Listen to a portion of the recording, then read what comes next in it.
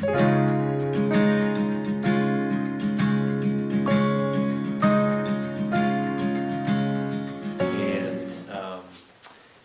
sent them the clip, and then he sent it to me, and I was just like blown away. It's Russell Brand, who I don't know if you've ever listened to his podcasts. Not the one from the movies. He's had he's quite some awakenings since like he was a weirdo. He's a lot more than that comedian that you see in movies. He's like super connected and spiritual, and he's like awesome.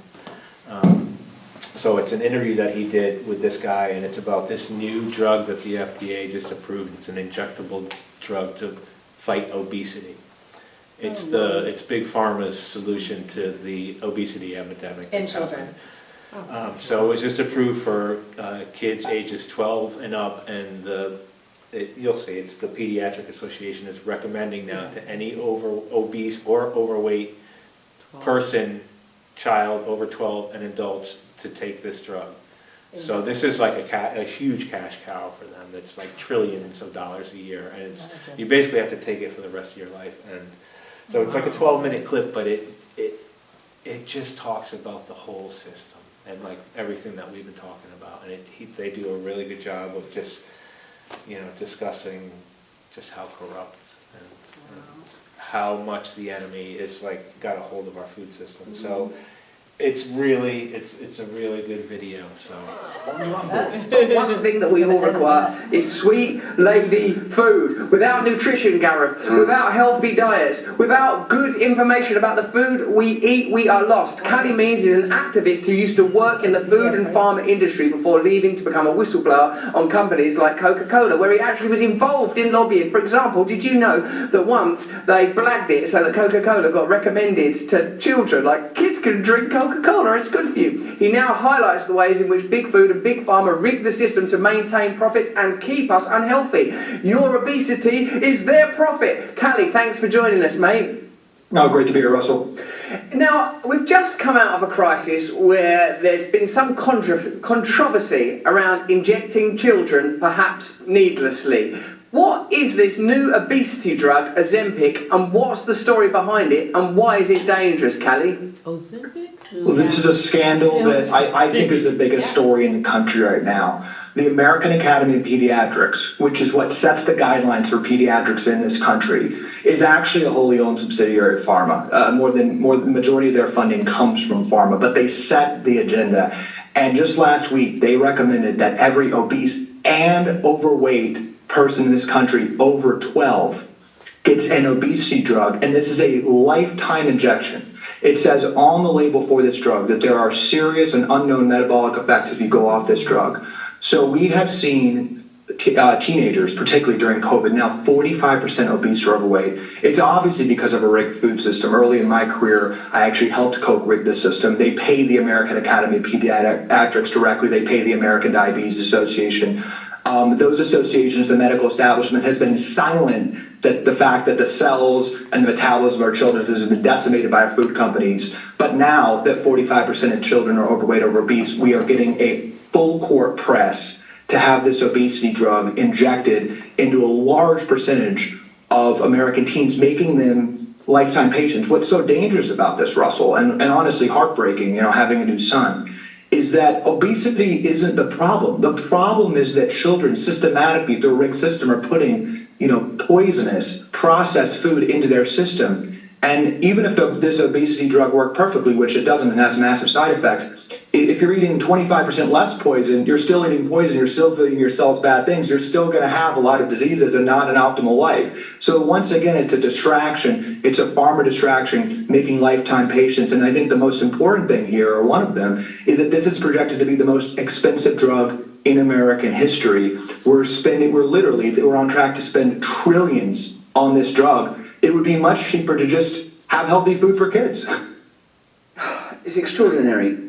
Through lobbying and through expenditure on dubious trialling methods, through controlling the stories around food, through controlling the stories of nutrition, it seems that an industry is devoted to creating new clients, new patients, new consumers for their products. Is it fair to say that the undue influence that big food is able to exert on organisations that research subjects like diabetes, heart conditions and heart disease, oncology and cancer, that we're simply not getting the real picture of how we ought to eat and what's healthy? And imagine if overnight processed foods were banned, annihilated, and people just ate healthy. What would the difference be to diseases like heart disease, diabetes, cancer? Yeah, so working for Coke 10 years ago, and now I'm working to change these incentives, we had a strategy. Now, processed food companies contribute 11 times more money to nutritional research in the United States than the NIH. They're basically, processed food companies are funding research, and the direct strategy was to fund thousands and thousands of studies to complicate the issue. Still, to this day, elite research institutions are putting out studies questioning whether sugar causes obesity. Right, so it's mass confusion. And then, as you mentioned, the medical system is totally silent on that. Right, the medical system is not ringing an alarm bell about childhood diabetes, obesity. They're profiting from it. And I think the key thing to understand is that we've siloed health in every institution, from pharma to med schools to your hospital. They make money on interventions of people that are sick. And as you said, we've siloed diseases into these things, right? We spend $250 billion on cancer. We spend over $1 trillion on diabetes care. The most prescribed drug in the country, 25% of the United States is on a mental health medication, right? We have 40% of men over 40 in the US are on a statin, right, to prevent heart disease. The problem is, Russell, all of the conditions I just mentioned are going up.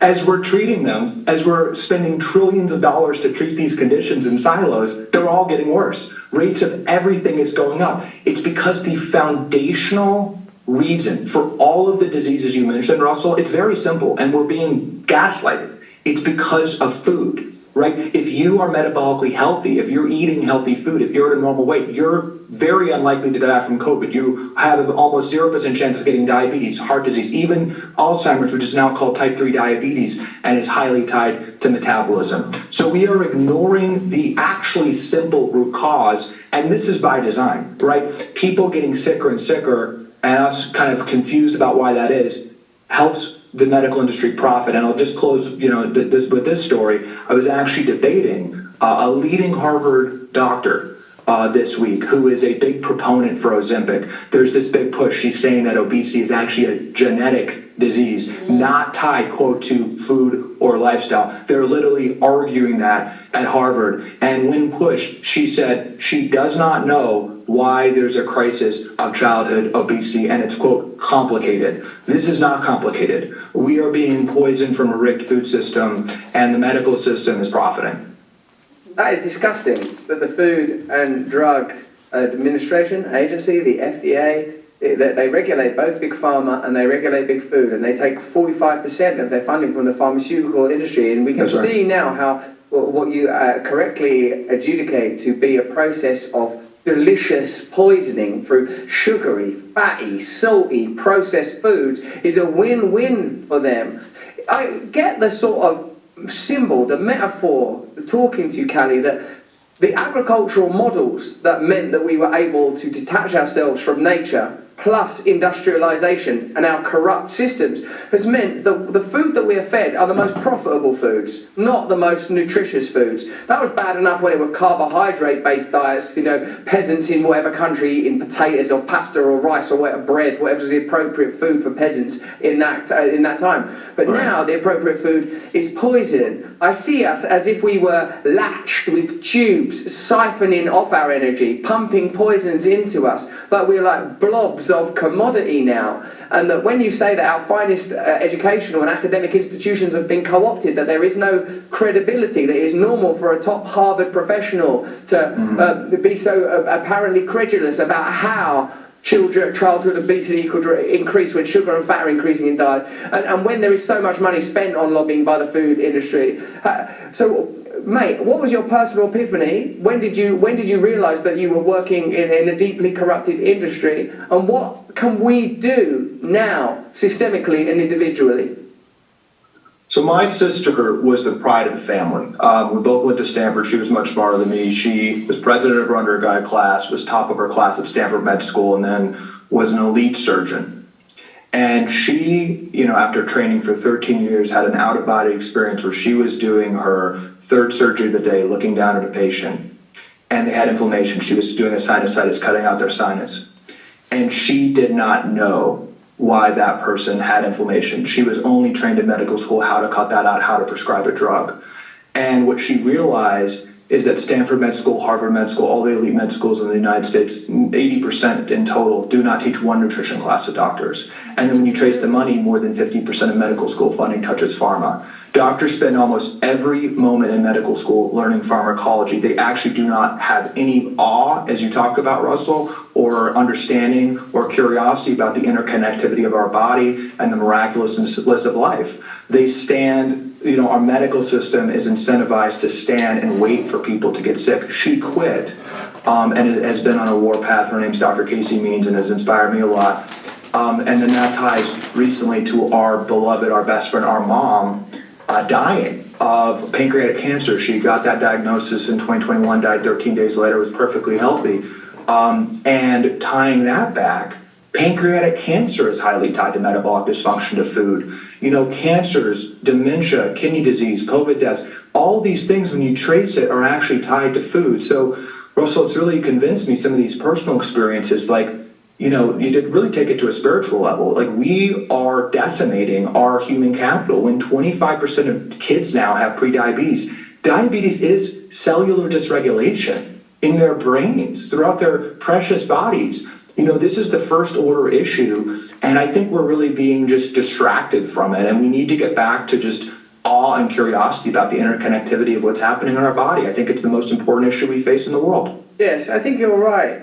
I think that what we require are systems that revere our nature and support our nature rather than enhance the evident corruption and mapped on systems that are built for profit. It's interesting what you say about awe and that lack of curiosity. Of course, it seems that when you have a poisoned, bewildered, distracted population, you can profit from their illness, you can profit from every aspect of their life, you profit from fattening them up, you profit from healing them, and obviously a drug where pharmaceutical companies can go to their shareholders and say this is a drug they have to take for the rest of their lives. That's incredible. Also, it's a problem of inequality, of course, isn't it? Because now people that are affluent, and I'd have to say I include myself in this, you replicate the kind of diet that you would have if you were living naturally. I recognise that I should be eating organic food. I should probably eat food that's available in the place that I'm out at,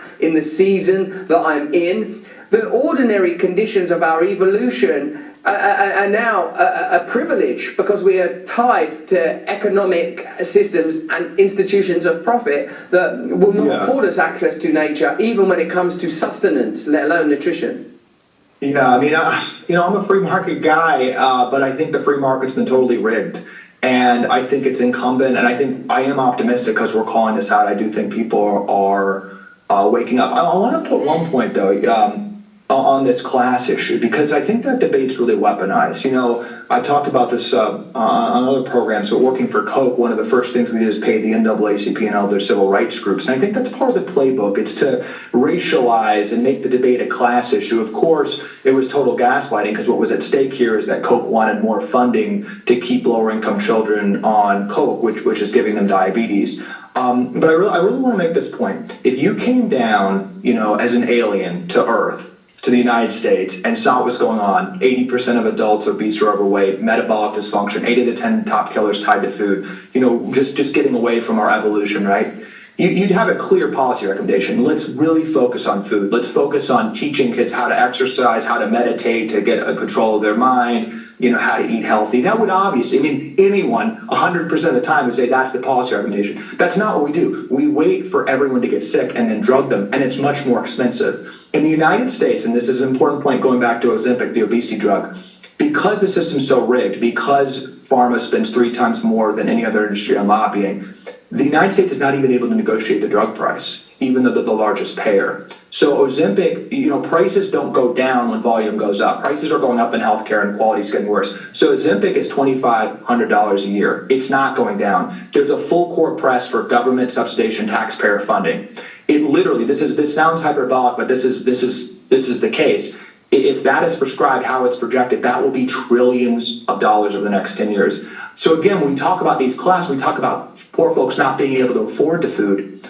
Again, you take 1/5 of the amount we're planning to spend on Ozempic, you could buy organic, pure, whole food for every obese child in this country. So I think that economic debate we really need to understand. We have a public policy that waits for people to get sick, which I think is evil. So again, are you all in? This is what our theme is. So, heck no GMOs. If you are still eating GMOs, tell me, and I will pray for you. Because prayer works. And if you're having a problem with that, then Tony is now on our prayer list. We did very well with our prayer list this weekend. We made a lot of differences in people's lives. We will totally pray for you. Totally fine.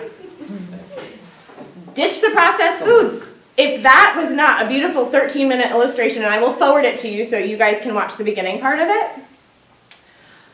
that was very evident right there. And, we've spent the past 2 weeks diving into the biology and the chemistry of the microbiome, where your health actually starts from.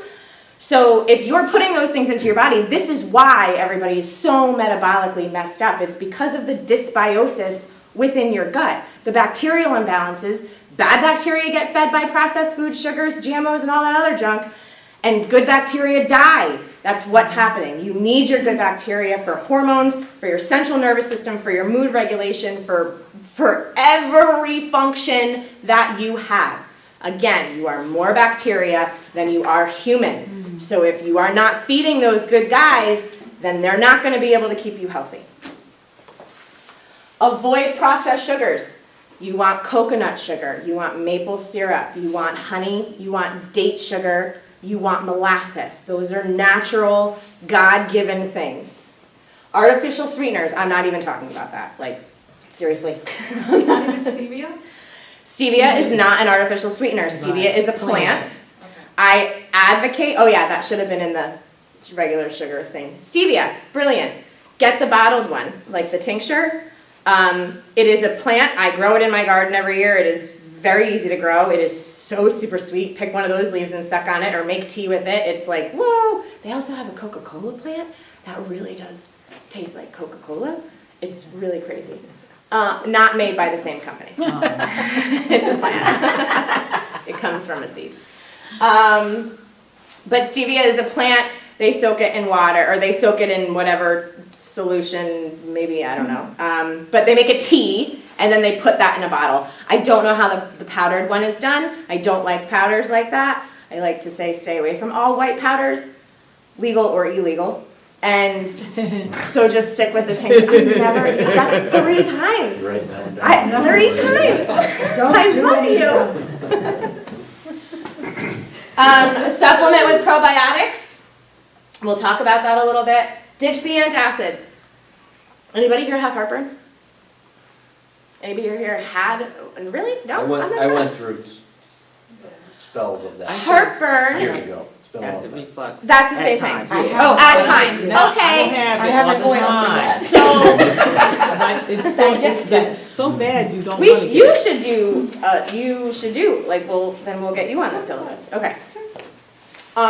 So heartburn is not chronic heartburn is not because of an overabundance of acid in your stomach. It is because you don't have enough hydrochloric acid in your stomach. Using a proton pump inhibitor like Prozac or Nexium or I think that those are, I know Prozac, not Prozac. Prilosec. I'm glad my brain stopped me on that one. Is okay for like a short, just to get the inflammation down, but to stay on something like that chronically, you're actually making it a complete cascading negative feedback loop, because the problem is you don't actually have enough.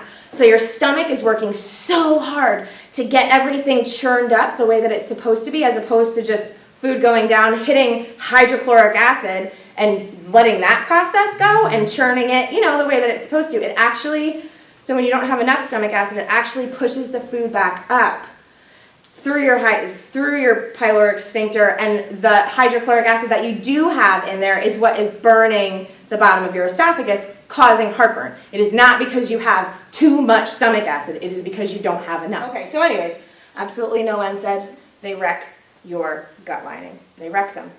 See, Lisa? Non-steroidal anti-inflammatory, like your ibuprofens and your Advils and your Aleve I and take your... magnesium if I ever have a headache. Or There you go. headaches There or are something many like that. natural remedies for muscle pains, aches, headaches. There you go. Magnesium is a really great one for your Or muscles frankincense or and headaches. lavender, right? Or frankincense and lavender. Past tense. There you go. Or there you go. That's another really good one. It destroys what?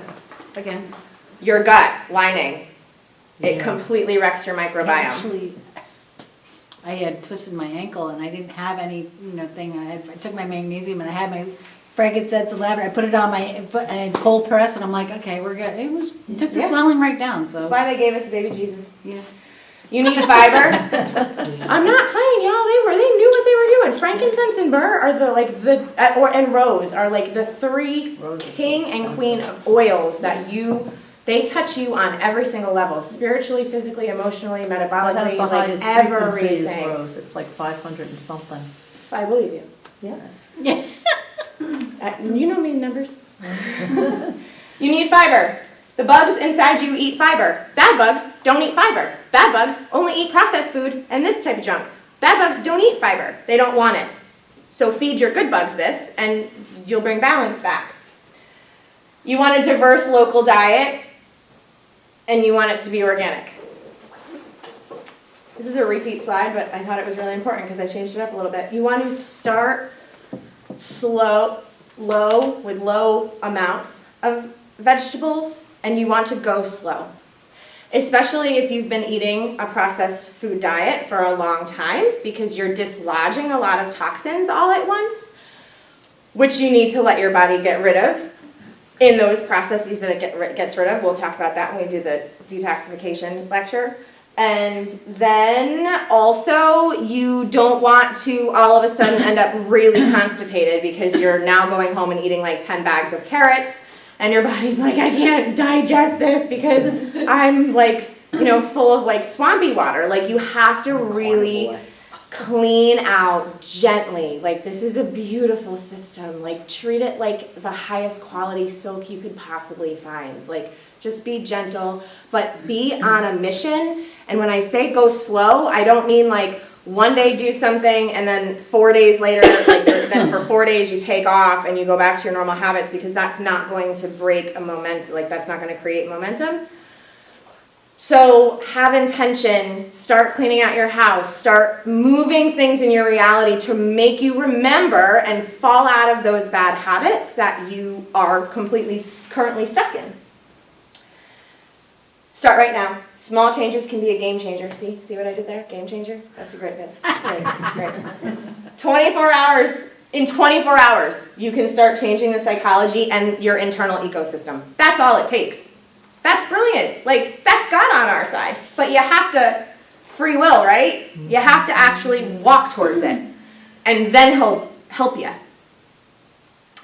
Small changes have a huge result. They equal positive effects for your entire system, since the gut is so interconnected. So again, where do we start? You want to eat to alkalize. Tell them that. We are designed to be alkaline. Your blood pH is 7.35 to 7.45. It's just on the alkaline side of the pH scale. Remember chemistry? It needs to stay there. If it falls out of that, you're dead. So you need to eat to support that. Otherwise, your body takes from all of your other systems in order to buffer that and keep your pH that level, because this is its main life force. Plants are the most alkaline foods on earth. This is why in the book of Genesis, God gave us what? Plants, nuts, seeds, leaves, abundant life in plants. Veggies are green and are green. Oh, I love my brain. Green veggies are mandatory for a normal microbiome. They are mandatory. Green smoothies, green juices, green juice, green soups, green steamed vegetables. I feel like this is like Dr. Seuss green eggs and ham. Just as an example. Now, you don't have to eat all this every single day. I was just really excited and trying to drive the point home. But this is a really great place to start, especially if you are new to eating a high quantity of vegetables. Cooking them is almost a must if you don't do this on a regular basis, because it allows your body to just softly assimilate all of the nutrients and minerals out of it without having to work really hard to break down the cellulose, so constipation is not going to necessarily be that much of an issue. 30 vegetables a week. I almost fell on the floor when I heard that. Vegetables. Oh, different. Oh, darn it. Different. 30 different vegetables a week. Variety. I gotta add that word in. For example, that's like an Are there intense... 30 vegetables? Yes, there's 30. They're not all green, but yes. A vegetable, I am talking about leafy greens, I'm talking about nuts, seeds, like, Oh, there yes. you go. Quinoa is a seed. Yeah. Yes, it counts as, it's a whole grain. Oh, so it counts as a vegetable? Absolutely. Oh, okay. I am not saying a loaf of Wonder Bread is a whole grain, however. Like, you know what it know the What if the parameters. bleach makes it wonderful? You know the parameters. Ezekiel bread, fine. Rice pasta, fine. In balance, this is why it's 30 different vegetables a week. You should not be eating pasta every single night thinking that you're hitting, oh, I'm eating my 30 vegetables. No. Quinoa, for example. So quinoa, corn, chickpeas, cilantro. Personally, I will make a huge bowl of a quinoa salad, put it in the fridge, and I will eat that probably twice a day for like 4 days straight. Now, granted, I have a lot of little children. I need to remember to feed myself, so this is how I survive. But right there, I mean, the more I add to it, like bell peppers and chickpeas, I said that. So that's 5 right there. And then in the morning, you can have a smoothie bowl. So you can take some bananas out of your freezer and some berries out of your freezer, and then chop it or top it with some hemp seeds, and you can chop it with some top it with some blueberries, and you can top it with some coconut shavings, and you got 10 right there in one day. So I know that 30 is a high number, but if you put it into perspective, it's not. Like, this is totally doable if your lunch looks like this and your breakfast looks like this 3 days a week. Like, that's really beautiful. And you're supposed to like keep the rainbow too, different colors. Right. All right, so in the morning, you want to do, before your coffee, okay, you want to hit yourself with some warm water, not hot, like a little bit better than room temperature. Squeeze some lemons in it, and splash of cayenne, yeah. How about that squeezable lemon juice? No, No. get real. Unless you get It says real organic. I know. It says ingredients lemon. It's got, but it It has. says organic. I forgot what it know, is. but so a lemon, because it's an acid in a plastic bottle, is definitely going to be leaching a lot of the stuff from the plastic into the lemon juice. Number 1. And number 2, I want fresh. You can also use lemon oil. Or Yeah, you could use that's lemon what oil. I- that's what I try. did. That's in a glass bottle, so I'll allow I that. would try one, but. Well, I do the lemon water every day, but I use that squeeze because I forget to work. Okay. Well, if you get the lemon essential oils. To package it. It That's has the to- True, yeah. Probably, Sodium yeah. something. I'll check it. Okay. And cayenne. Just a splash. Don't kill yourself. Like, literally just go boop. That's it. Okay? And stir it up. Boop can be a And little stir it up. too. What? What does the cayenne do? Your stomach just loves you after it. I promise you, you're like, oh, good morning. Like, that's what that feels like. And then put some good food into it, or not. Like, just, I don't want to say dump coffee into it, but like, you're going to do what you're going to do, and it's fine, but just start with this, please, and then we'll make slow That's good for your changes. liver, right? The cayenne, it cleans out the liver. It or cleans something? out a lot. Peppers are really powerful. Peppers are really powerful. So you're squeezing a Polyphenols whole and entire everything. lemon in there? I usually do. slice it. Oh no, I squeeze it. No, like I have like a lemonade type of water. Okay. Yeah. I use 1 drop of lemon oil in mine. Yeah. What if you had That's the the coffee easiest first And then you drink lemon water all the way during work to lunch. Okay, I mean, I don't, like, just get it in. We'll make slow changes, just get it in. Coffee's just really acidic first thing in the morning, and is it organic coffee? Organic black coffee? No. Move along. Alright, I wanna get to the playing with the food. Alright, so you wanna do it on an empty stomach. Sorry. You do you.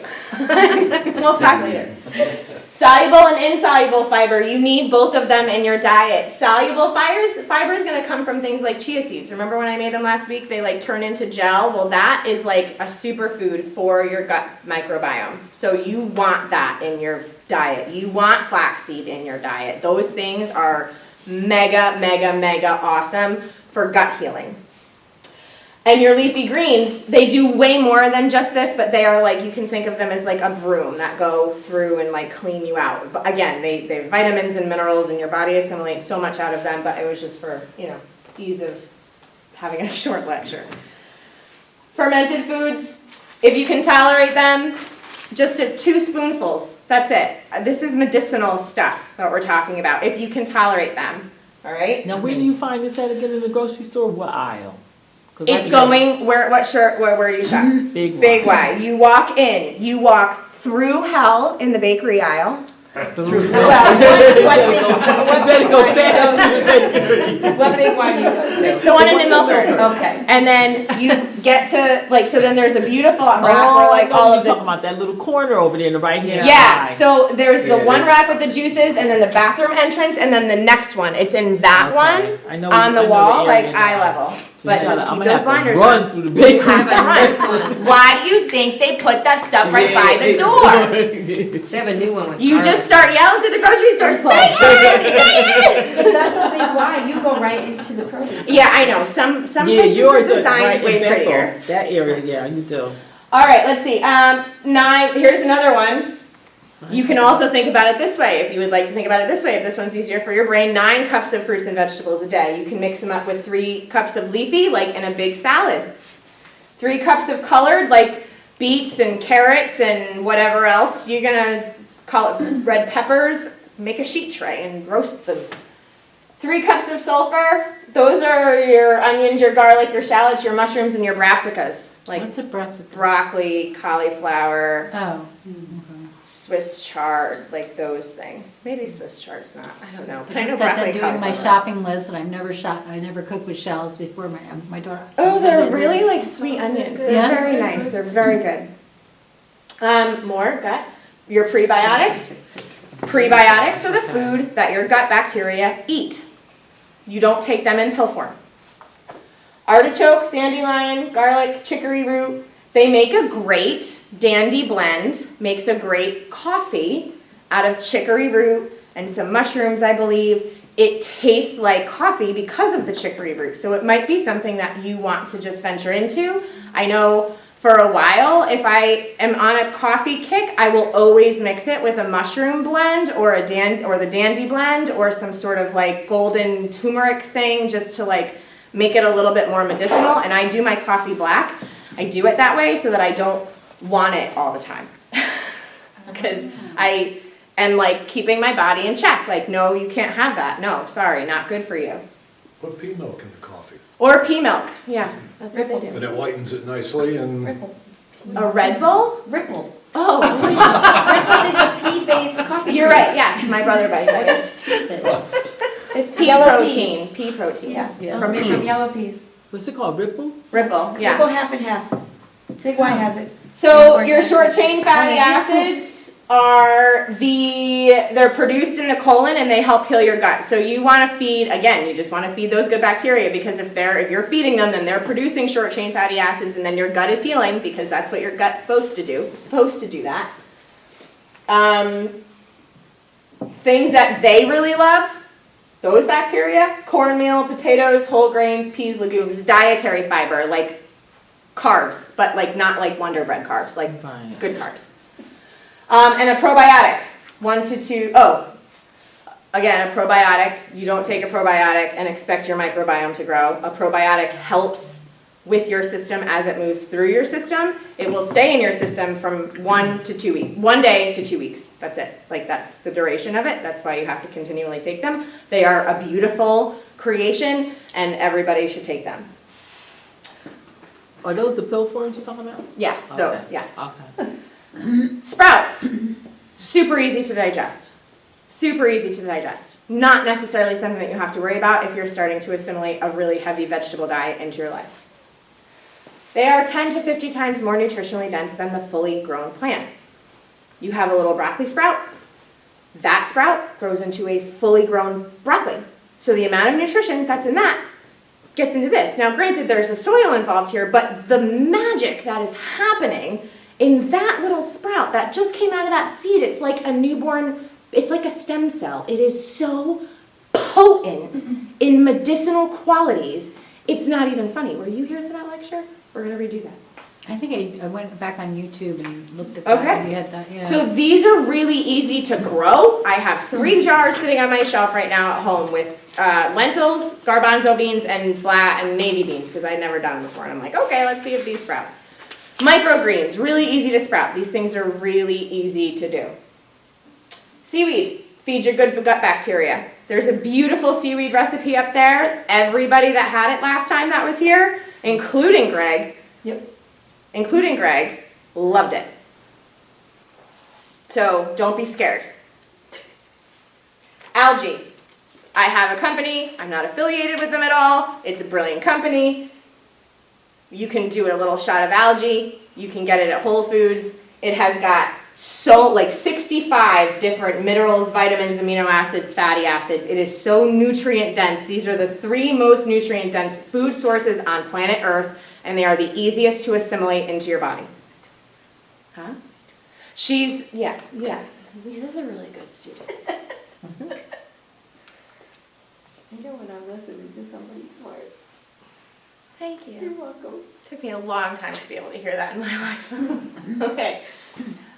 You want to eat a rainbow, like Martin was saying, because you have your antioxidants that are in your colorful vegetables. You want to eat a rainbow, all of the colors. You want all of the colors. They all do something different. They all carry different phytochemicals. For example, my beloved broccoli sprouts have a phytochemical in them called sulforaphane that is 300 times more potent in killing cancer cells than chemotherapy itself. I can say this without a fact on camera because Johns Hopkins held a patent on them for 8 years because of it. So it is a real thing. God gave us everything that we need down here, and he really did, because this is the key. So your vitamins A, C, E, food. Orange in color, pumpkin, squash, and fruit. Vitamin C, we know, guava, kiwis, peppers, citrus. Vitamin E, nuts and seeds. Polyphenols are a type of antioxidant. If you've heard the word polyphenol before, it is just a type of antioxidant, but is the cool type of antioxidant that goes after those free radical cancer-causing, like, pinball cells that are running through your body haywire, like causing all the chaos. If your body is full of rich antioxidants swimming around your bloodstream because you're constantly pumping this stuff into your body, then when a free radical shows up, guess what they're going to do? It's going to be out of your body almost instantly. Where do you get polyphenols from? Eating these foods. Polyphenols are a type of antioxidant. They are just like the super kickers. I think that's it. Oh, yeah. So, I want to go make some food with you guys. Across the way. What time is it? 8 o'clock. Yeah, all right. So maybe like another half hour. And then I brought extra for you guys to try. It'll be fun.